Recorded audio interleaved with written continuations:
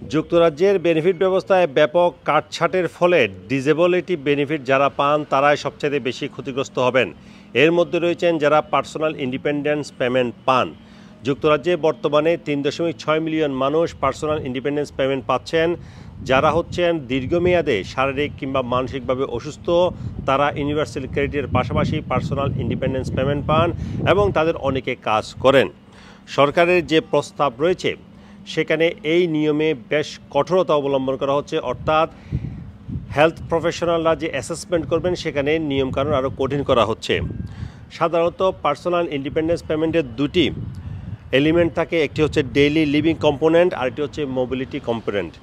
Mobility component সাধারণত ওইসব ব্যক্তিদের দেওয়া হয় যাদের শারীরিক বা মানসিক যে সমস্যাটি সেটি আর ভালো হবে না, কিংবা যারা সিভিয়ার ডিসেবল তাদেরকে দেওয়া হয় এবং সরকার বলছে এক্ষেত্রে তারা নতুন করে কোনো বিধিনিষেধ আরোপ করবে না এবং তারা যে পরিমাণ অর্থ আগেও পেয়ে আসছিল সে পরিমাণ অর্থ পাবে।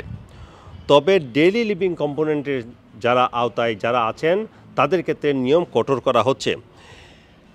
সাধারণত পার্সোনাল ইন্ডিপেন্ডেন্স পেমেন্টের যে অ্যাসেসমেন্ট করা হয় সেখানে দৈনন্দিন জীবনযাপনের ক্ষেত্রে যেসব কাজ করে মানুষ সেগুলো সম্পর্কে প্রশ্ন করা হয়।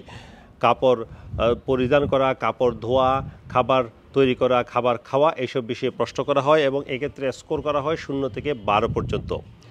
আগের যে নিয়ম ছিল সেক্ষেত্রে যারা এইসব ক্ষেত্রে কম সমস্যার সম্মুখীন হতো, স্কোর যদি 1 থেকে 2 এর মধ্যে হতো তাহলে তারা পার্সোনাল ইন্ডিপেন্ডেন্স পেমেন্ট পেত। তবে সরকারের যে নতুন প্রস্তাব সেখানে বলা হয়েছে এইসব অ্যাক্টিভিটিতে কমপক্ষে 4 পেতে হবে। এক্ষেত্রে উদাহরণস্বরূপ বলা হয়ে থাকে যদি কেউ তার চুল ধুতে কিংবা বডি পরিষ্কার করতে, শরীর পরিষ্কার করতে, যদি কোমরের নিচের শরীর পরিষ্কার করতে যদি সেই সমস্যায় ভোগ করে কিংবা কারো হেল্প প্রয়োজন হয় তাহলে সেক্ষেত্রে তার স্কোর হবে 2।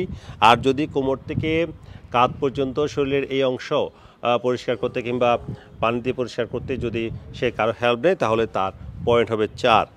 এইভাবে এই অ্যাসেসমেন্টটি করা হবে এবং এই অ্যাসেসমেন্টের উপর ভিত্তিতে পরবর্তীতে নির্ধারণ করা হবে ওই ব্যক্তি পার্সোনাল ইন্ডিপেন্ডেন্স পেমেন্ট পাবে কি পাবে না। বর্তমানে পার্সোনাল ইন্ডিপেন্ডেন্স পেমেন্টের ক্ষেত্রে স্ট্যান্ডার্ড যে রেট সেটি হচ্ছে প্রতি সপ্তাহে 72 পাউন্ড 65 পেন্স এবং এনহান্সড যে রেট সেটি হচ্ছে 108 পাউন্ড 55 পেন্স। আর মোবিলিটি এলিমেন্ট যেটি সেক্ষেত্রে প্রতি সপ্তাহে একজন ব্যক্তি পায় 28 পাউন্ড 70 পেন্স এবং এনহান্সড রেট যেটি সেটি হচ্ছে 75 পাউন্ড 75 পেন্স। এবং এই যে পার্সোনাল ইন্ডিপেন্ডেন্স পেমেন্ট সেটি কিন্তু ট্যাক্স ফ্রি এবং লোকজন যদি কাজও করে সেক্ষেত্রেও তারা পাবে এবং যদি তারা ইউনিভার্সাল ক্রেডিট থাকে তাহলেও কিন্তু তারা পাবে এবং এক্ষেত্রে কোনো ধরনের বেনিফিট ক্যাপ কিংবা একজন মানুষের যদি কোনো ধরনের সেভিংস থাকে সেক্ষেত্রে এটি কোনো প্রভাব ফেলবে না। এক্ষেত্রে বলা হচ্ছে এটি 1 থেকে 10 বছরের জন্য ফিক্সড টাইমের জন্য বর্তমান নিয়ম অনুযায়ী এটি দেওয়া হয়। তবে নতুন যে প্রস্তাব করা হয়েছে সেখানে বলা হচ্ছে আরও দ্রুত সময়ের মধ্যে এটি রিঅ্যাসেস করা হবে এবং যদি তার ওই ব্যক্তির সার্কামস্টেন্স চেঞ্জ হয় তাহলে রিঅ্যাসেস করা হবে এবং তার উপর ভিত্তি করে এটি করা হবে। এবং সরকার বলছে এটি খুব দ্রুত সময়ের মধ্যে করা হবে, অর্থাৎ ঘন ঘন করা হবে যাতে করে ওই ব্যক্তির অবস্থা পর্যালোচনা করা হয়। পার্সোনাল ইন্ডিপেন্ডেন্স পেমেন্ট এটি ইংল্যান্ড, ওয়েলস এবং নর্দার্ন আয়ারল্যান্ডে দেওয়া হচ্ছে এবং স্কটল্যান্ডে অনেকটা একই ধরনের আরেকটি বেনিফিট ব্যবস্থা চালু হচ্ছে, সেটি হচ্ছে অ্যাডাল্ট ডিসেবিলিটি পেমেন্ট।